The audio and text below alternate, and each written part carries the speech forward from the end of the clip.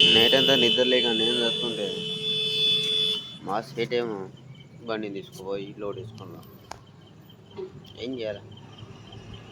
ఎటు పోయినా ఏం చేసినా లాభం లేదు. రాత్రి ఏమో బండి ఖరాబ్ అయ్యి మా బాధలు మాకుంటే అది పెద్దవాడి తీసుకుపోయి లోడ్ వేసుకున్నాం. ఇప్పటికి నైట్ అంతా నిద్ర లేదురా నాయన స్వామి అని నేను రాను. రేపు ఆదివారం నేను రాను. ఇంకో డ్రైవర్ ఎవరు లేరు. అది ఏంది నా లవడాలు పోతాను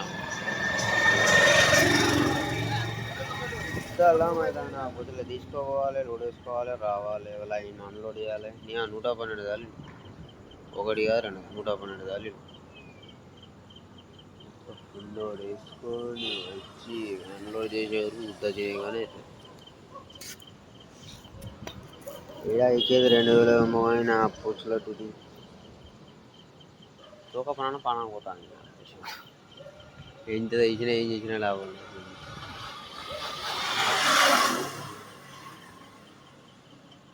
అసలే నైట్ అంతా నిద్ర లేదు. మళ్ళీ నైట్ అంతా నిద్ర. పక్కన ఉన్న పిల్లలేమో పండుకుంటారు వాళ్ళ పర్సన్. నా పొద్దున నేను నడుపుకోవాలి.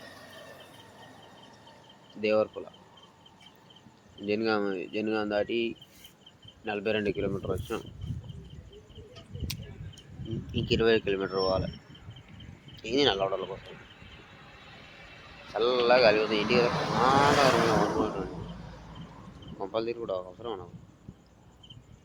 అందరు పెళ్లి చేసుకొని పిల్లలందరం అంటే నేనేమో నైట్ అంతా డే లేకుండా నిద్ర లేకుండా బండ్లతో తిరుగుతున్నాను.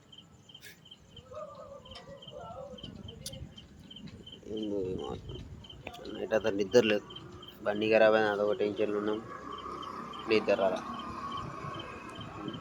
ఇదేమో పెద్ద అచ్చర్ చినిగిపోతే చాట చేస్తుంది. ఎంత లాంగ్ పోయినా దాదాపు ఇంకా 18 కిలోమీటర్స్ హైదరాబాద్ ఇంకో హైవేకి వచ్చినాం. ఈ హైవే పేరేందో మనకు తెలియదు. ఈ ఊరు పేరేందో కూడా తెలియదు. అంత లాంగ్ వచ్చింది సపరేట్గా.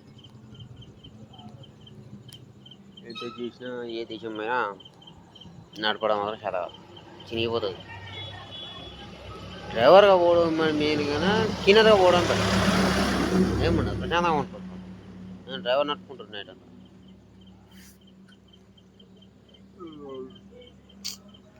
నిద్ర లేదు. పొద్దుగాలేమో 12:30 అయింది బండి ఖాళీ అయ్యేవారు. ఇంటికి పోయి అన్నం వండుకొని తినే వరకు 2 అయింది. పండుకున్న 2 గంటల తర్వాత 4 గంటలకు వచ్చి రాజేసు అని వచ్చింది. ఏడికి పోయినా ఏ దేశానికి పోయినా నన్ను ఖాళీగా అయినా ఓ నెల ఉందామంటే ఎవడు ఇచ్చి పెడతలేదు. ఏ నా కొడుకు ఇచ్చి పెట్టారు నన్ను. ఎందుకేమో నాకు అర్థం కాదు. ఏ నా కొడుకు ఇచ్చి పెట్టారు. దేశం వాళ్ళ కొంపలలో పోతా. నేను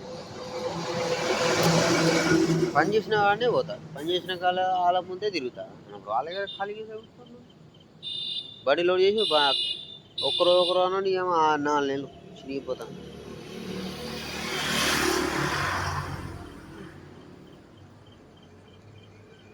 ఎంత చేసినా ఏం చేసినా లాభాలు లేదు. ఏ దేశమైనా ఏ రాష్ట్రమైనా